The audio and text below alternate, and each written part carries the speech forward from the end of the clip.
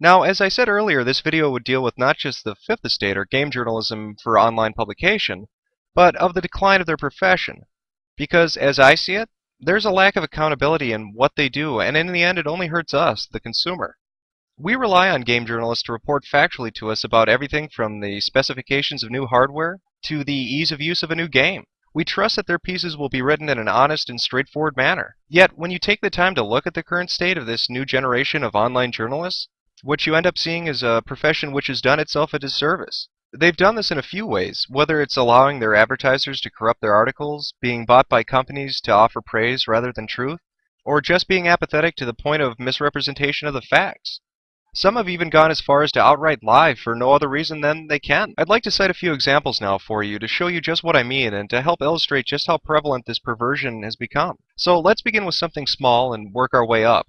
The first is an article written by Justin Culvert of GameSpot, which he wrote back in November of 2006. The piece was about a hands-on demo he had at the Ubisoft offices for the game Far Cry Vengeance on the Wii. This is an excerpt from the article he wrote in which he talks about the controls for the game.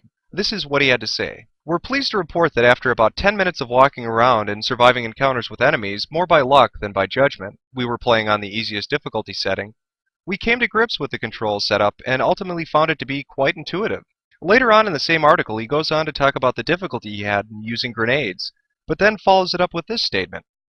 Judging the distance of our throws proved to be quite difficult at first, but after spending a few minutes at a practice range, conveniently located in one of the game's 3 new maps, we found that the system worked well. Now, I bring this up as my first example because you would be hard-pressed to find any gamer who would say that the controls for this game were either intuitive or easy to pick up. In fact, aside from it being one of the worst-handled ports for the Nintendo Wii, it was also one of the most difficult to control, with a whole host of bugs in the game that caused many people to have issues. As I said, it's a small example, but a valid one. Why would a game journalist, and yes, Justin is one, after all, he's been doing it for well over a decade, having gone from print media to online media for GameSpot, say that a game which was universally panned for bad controls had intuitive ones? After all, this is a man who's had years of experience both playing games and reviewing different aspects of the industry. Yet, in this hands-on exclusive prior to the game's release, he praises it for its control. How many people listen to what Justin wrote and purchase a game merely on his reporting? How many people put their faith into his words, and how many were burned by it? The next example I have is of a game journalist by the name of Jim Sterling from a website called Destructoid.com. It deals with an article he wrote about Halo Wars, a game for the Xbox 360. Now, Jim wrote his piece, an in-depth review of the game, and published it on the website. The problem with this? Well, allow me to quote Ron Workman, since he puts it better than I could. After reading Jim Sterling's review of Halo Wars, I was convinced he virtually didn't even play the game.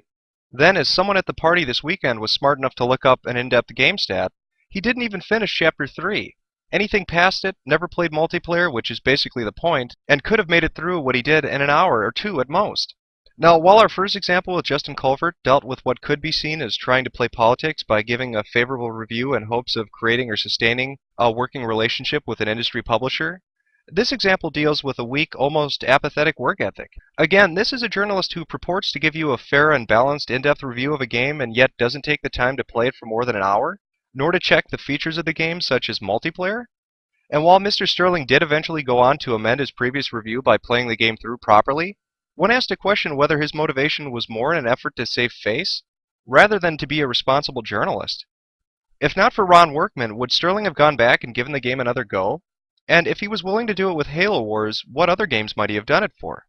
Would you feel comfortable basing a purchase off of his work after finding out that he doesn't really play the games the whole way through? While Culvert and Sterling's actions are questionable, the piece which Kotaku did about Fatsuma raises even more issues. Now, I had stated earlier that I wanted to deal with game journalists online, but I felt this was important to include because of just how shocking this sort of allegation is. Fatsuma is the largest Japanese gaming publication, and it was one of the most trusted as well. Yet, as Brian Ashcroft points out in his article for Kotaku.com, there are some serious issues going on with advertisers pulling in favors to get good ratings. This has to do with the game Peace Walker receiving a perfect score of 40 out of 40 from the magazine, a magazine which, for a long time, rarely handed out this honor, reserving it only for the best of the best. And while I have yet to play Peace Walker, and can't fairly judge its merits, Ashcroft lists a host of reasons as to why this should be questioned. A link to the full article is included in the description, and I encourage you to go check it out for yourself. My final example is, to me, perhaps the most damning.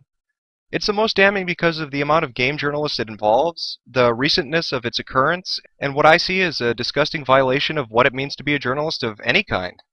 It happened at this year's E3 during Microsoft's presentation, and I have the portion in question for you to be able to watch.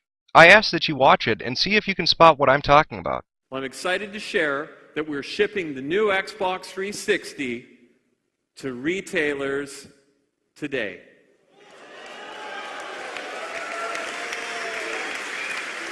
And it will be available in stores later this week. Unless you were here in the audience at the Wiltern Theater, in which case we're shipping the new Xbox 360 to you right now on us.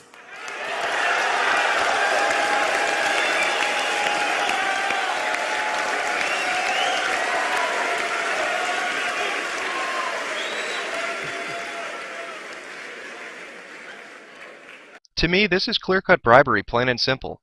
Microsoft bought the men and women in that room. There is no excuse for accepting that kind of money in any form, whether it be in cash or property. It calls into question your ethics if you do. It doesn't help matters either that they all stood and applauded. Now, can a group such as those in attendance claim to be unbiased and impartial when the company whom they'll be reviewing later on gives them something valued at around $400?